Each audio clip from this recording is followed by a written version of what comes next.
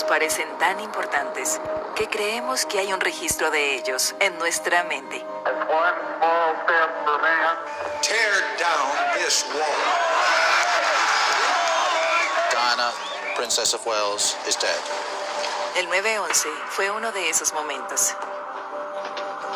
Antes de ir a clase encendí la televisión. Y el reportero se detuvo y dijo, este es el fin. Dos aviones chocaron contra las Torres Gemelas. En todos los canales había un edificio en llamas. El empresario estaba cubierto de polvo. Vi el agujero al lado del edificio. Parecía un sueño. Muy confuso y desorientador. Sentía temor. Recuerdo que mi madre trabajaba en la ciudad y que el humo se desbordaba sobre el agua del estrecho de Long Island, detrás del edificio de mi escuela primaria. Estaba hablando con mis padres un día y mi madre me dice que no, que en el 2001 estaba trabajando en Connecticut. Y había otros problemas con los recuerdos de Melanie. Las ventanas del aula no daban hacia el agua. El World Trade Center estaba a más de 64 kilómetros y el humo iba en la dirección opuesta. ¿Cómo es posible que haya visto el humo que flotaba sobre el agua? No era posible. Tus recuerdos del 9/11 quizás no son tan precisos como crees. Sabemos cerca del 50% de los detalles de ese cambio en un año, aunque la mayoría está convencida de que tiene la razón. Puede que recuerden bien la esencia del día, pero no detalles de con quién estaban, qué estaban haciendo cuando se enteraron y qué vieron. Incluso nuestros recuerdos más significativos, los que forman la base de la historia de nuestra vida, no son registros perfectos. Pueden cambiar y deformarse con el tiempo. Parece que el propósito de la memoria debería ser preservar el pasado. Entonces, ¿por qué los recuerdos son tan poco fiables? ¿Cómo funciona la memoria? Wait a second now. I do remember La memoria que todos tienen es una mina de oro del potencial inexplorado y sin explotar. La memoria solo medía las interacciones con el mundo.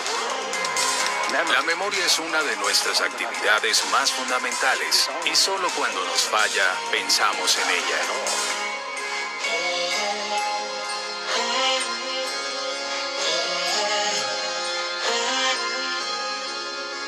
Janja Wintersol es una experta de la memoria. Bien, comencemos. Hace 5 años descubrió las competencias de memoria. Cuando empecé era un grupo de chicos blancos, europeos, en salas de competencia de aspecto triste. Memorizan barajas en segundos, miles de dígitos en 1 hora. Pareciera que tomáramos exámenes a toda velocidad. Tengo 3 récords mundiales, uno de imágenes, otro de nombres y caras y otro de palabras. Y ha demostrado sus habilidades en todo el mundo. Okay, page 38. Starts mid-sentence. Information effectively by using humor. Le dimos 10 minutos para memorizar 500 números. Y 539-166-974-579-468-766-142-177-161-112. ¿cómo lo hace? Sí, Todo se reduce a la forma en que el cerebro almacena los recuerdos. Y quizá ningún cerebro nos ha enseñado más al respecto que este, el de Henry Molaison.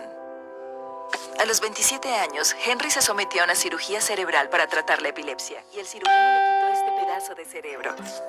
El cirujano observó que el procedimiento no produjo cambios de conducta marcados, con la única excepción de una pérdida de memoria muy grave. Era tan severa que le impidió a Henry caminar por su casa y reconocer a sus médicos. Pero aún tenía otros tipos de memoria. Hábitos que no requieren un pensamiento consciente, como montar en bicicleta, los llamados recuerdos implícitos. Y guardó algunos recuerdos conscientes o explícitos. En esta grabación de los años 90 habló sobre los acontecimientos históricos. What happened in 1929? The stock market crashed. It sure did. Este es un ejemplo de memoria semántica. Hechos, fechas, números, palabras, cosas que los atletas de la memoria aprenden. El verdadero daño fue para la memoria episódica, para experiencias personales. La doctora le preguntó, ¿sabes qué hiciste ayer? Contestó, No, I don't. How about this morning? I don't even remember that. sin esta parte de su cerebro, tenía problemas para crear nuevos recuerdos, pero no significa que los recuerdos se almacenen en un lugar específico.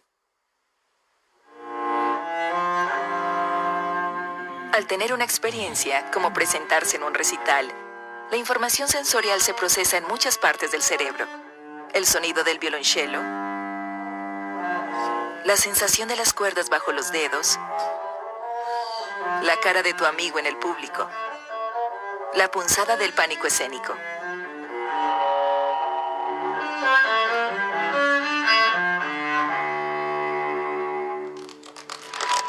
Y la parte del cerebro que une estos elementos, la parte que la cirugía de Henry dañó gravemente, es el lóbulo temporal medio, que incluye una estructura importante llamada el hipocampo. Al revivir ese momento, el lóbulo temporal medio ayuda a combinar esos elementos una vez más. Tu historia de vida son todos los momentos que puedes revivir. Y este gráfico es la historia de vida de una persona de 70 años. Hay muchos recuerdos del pasado reciente, pero mientras se retrocede en el tiempo desaparecen. Hay unos pocos recuerdos de la infancia, y nada antes de los 3 años, pero hay un incremento en la adolescencia y los veintitantos. Al terminar la secundaria hay momentos cruciales. Y cuando pensamos en nuestras historias de vida, esos momentos de cambio son los que se destacan como aquellos que nos definen y definen la vida en el futuro. Algunos tienen más recuerdos que otros, pero la memoria puede mejorar llevando una vida saludable y activa. Trato de no beber tanto, dormir mucho y comer bien. Lo único que he visto en cada estudio y que funciona es la meditación. Los estudiantes universitarios pudieron aumentar su puntuación en el GRE de 460 a 520, con solo tomar una clase de meditación. Quizá porque la meditación mejora la concentración y esta mejora la memoria. Cuando hablamos de experiencias personales, hay características que nos hacen recordar a unos mejor que a otros.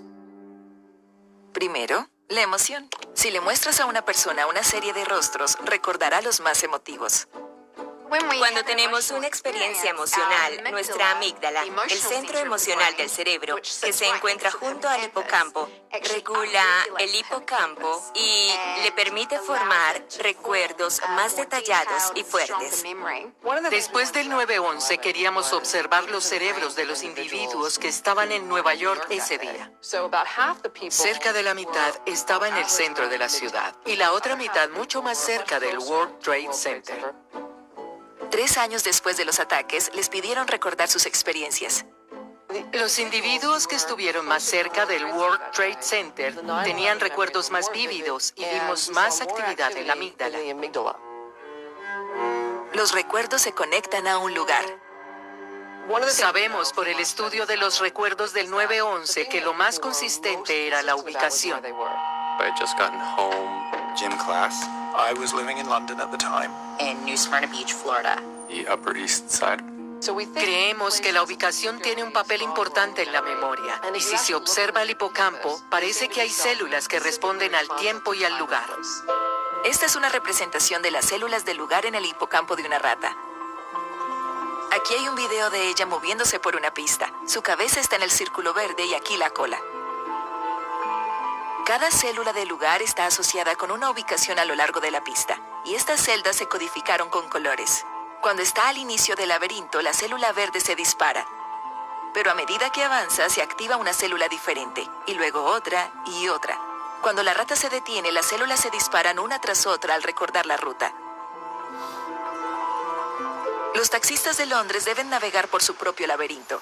Para obtener la licencia, deben pasar un examen llamado el conocimiento. Pasan años memorizando las 25.000 calles de Londres. Los científicos escanearon los cerebros de los aspirantes a taxistas antes y después. En los cerebros de las personas que no obtuvieron la licencia, el tamaño del hipocampo no cambió. Pero en los que pasaron, curiosamente, su hipocampo creció. Finalmente, los recuerdos pueden fortalecerse por la historia. El cerebro presta más atención a la información por medio de una narración. En un estudio, se pidió a 24 personas que memorizaran 12 listas de 10 palabras. La mitad de las personas estudiaron las listas y recordaron en promedio el 13% de las palabras. La otra mitad entretejió las palabras en historias de su propio invento y recordaron el 93%. Cuanto más puedas asociar cosas que quieras recordar con estructuras que ya tienes, más fácil será recordar. Estás creando una historia. Cuando vamos a recuperar ese recuerdo, tenemos muchas maneras de entrar en él. Historia, ubicación y emoción son la base de algunos de los recuerdos más fuertes. Y esas mismas características pueden apropiarse para ayudarte a memorizar 500 dígitos al azar. Sí, adelante. Con los primeros 3 dígitos, ella convierte los números en sonido usando su propio código. El 5 es una S, el 3 es una A y el 9 es una G por la forma. Estás leyendo algo en vez de mirar un montón de números. 539 es SAG. Y el 166 se convierte en TBB. Pienso en el plato de tabulé de Oriente Medio. Combina ambas palabras para crear un escenario sorprendente. Una persona medio desnuda y delgada está cubierta en tabulé de arroz. Como es asqueroso, lo recuerdo mejor. Cuando hay cosas viscerales o emocionales, el cerebro se sorprende. Traduce el resto de los dígitos de igual forma. Gimli, del Señor de los Anillos, es candidato presidencial. Rami Malek compra unas botas. Mi vaso se convierte en el Louvre. Luego, Janja aprovecha el poder de la ubicación con una antigua técnica llamada el Palacio de la Memoria. Se imagina caminando por un lugar que conoce bien, añadiendo imágenes surrealistas en la ruta.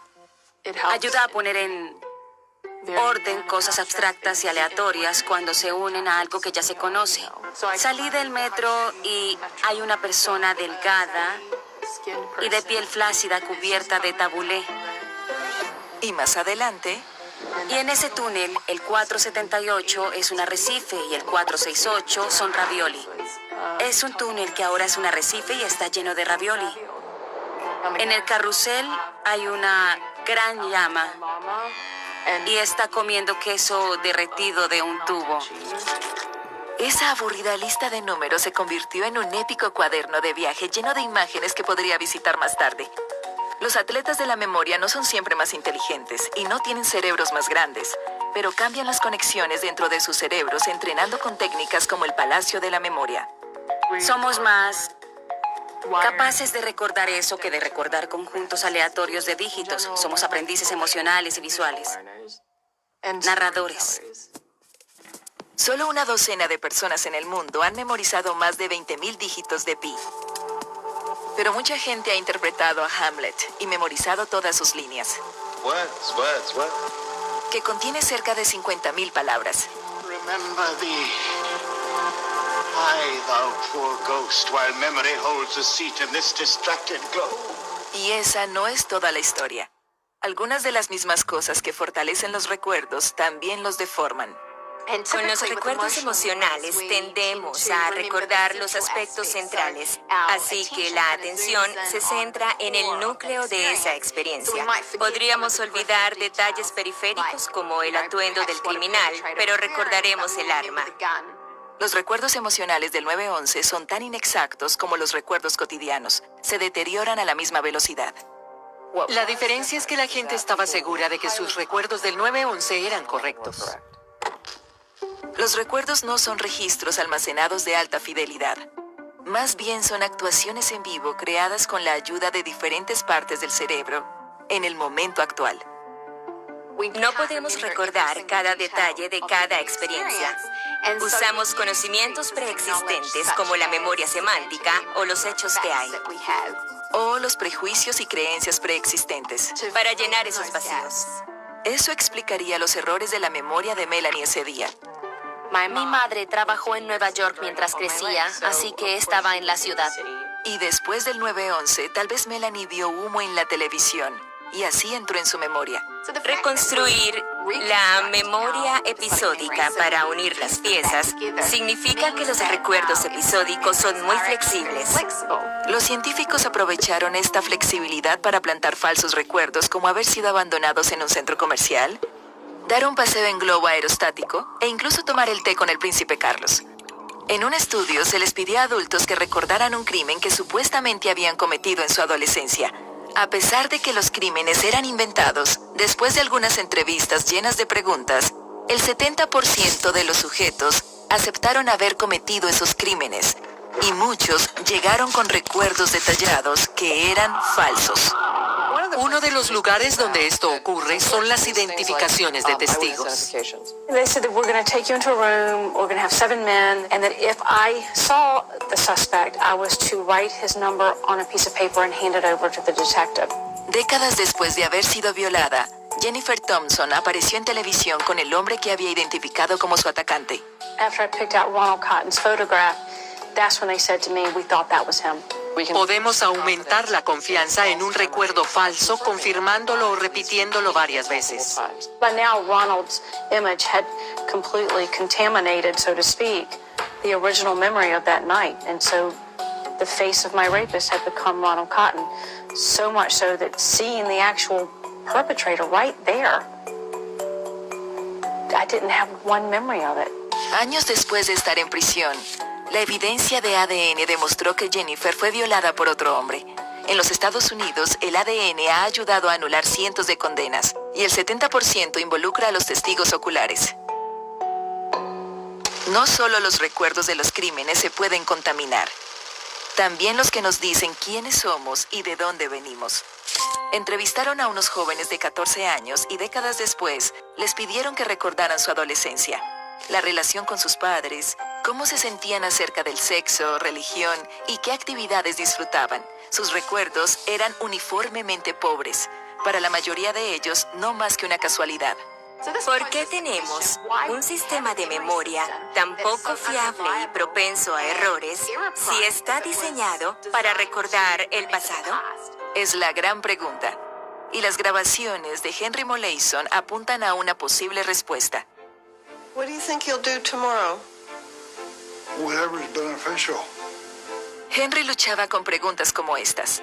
Los científicos dijeron que no solo perdió su pasado, sino que ya no imaginaba el futuro.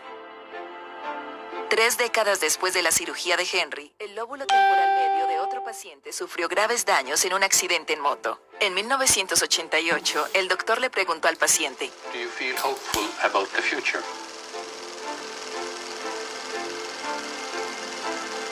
I guess so. I don't really think much about the future. You don't think much about the future. Ese paciente dijo que pensar en el futuro es igual que encontrar una silla en una habitación vacía. El futuro y el pasado parecían estar vinculados en su mente. Pasamos a algunos por el escáner e hicimos que recordaran las experiencias pasadas y las experiencias futuras imaginadas. No sabíamos qué hacer. Cuando recordaban, una red en particular se iluminaba. Y esa misma red se mostraba de forma casi idéntica a cuando la gente debía imaginar eventos futuros. cuando dejamos que la mente vague, cambiamos de un lado a otro, recordando e imaginando. La mente es una máquina del tiempo. En A través del espejo de Lewis Carroll, la reina de corazones dice, es un tipo de memoria que solo funciona hacia atrás. Y resulta que así es. La misma maquinaria que reúne todas esas piezas para revivir el pasado, puede reunir algunas de ellas con otras piezas para simular posibles futuros.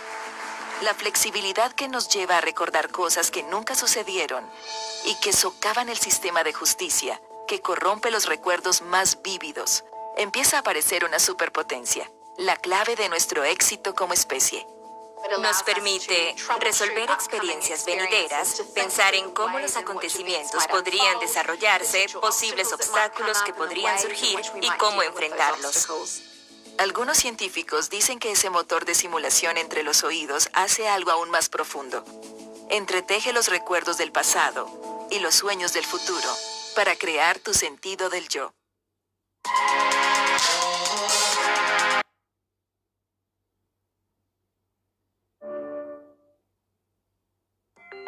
Este es un video de un sueño.